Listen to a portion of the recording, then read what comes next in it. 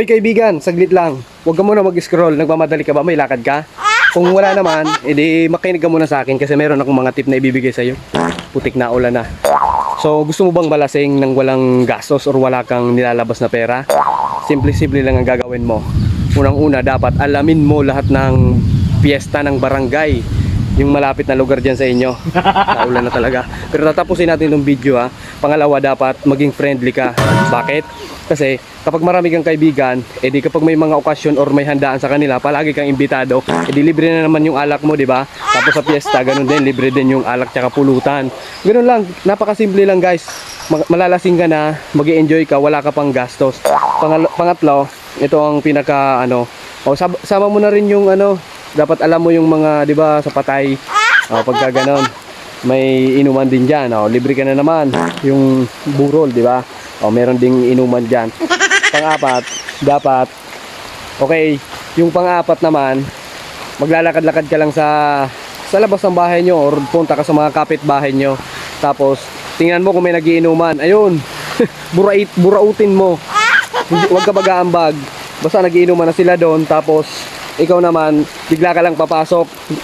Lakasan. So hello guys, pasensya na kayo, naputol yung video natin kanina kasi nabasa na yung screen ng cellphone ko kaya hindi ko na natapos yung video natin. Yun nga, kailangan lang kapal na mukha, buraot ka dapat kasi pag may nagiinuman sa kapitbahay nyo, dapat nandun ka lagi. Hindi pwedeng wala ka doon.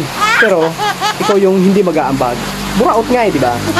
So ang gagawin mo lang, makikiinom ka tapos pag niyayaya ka na, kunwari, pakipot ka. Kunwari, pre, ayoko muna uminom kasi masama yung pakiramdam ko tapos may gagawin ako. O kaya, basta, yung may dahilan ka para pilitin ka nila. Pagka namimilit na sila, sige na nga, kulit nyo o diba?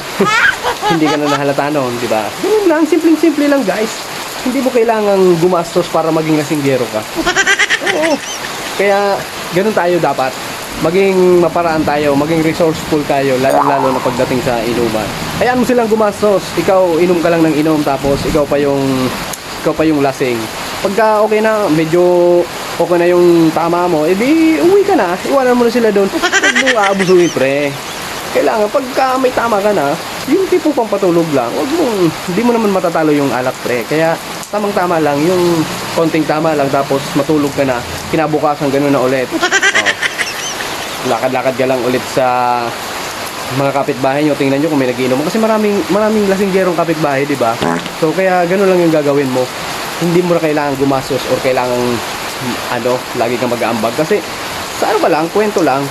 Tapos, basta nandun ka lagi. Gano'n yung mga buraot. Kaya, dapat maging buraot ka na rin, ha? Ako po si Pai Doming na nagsasabi, alak everyday is okay. Bye-bye!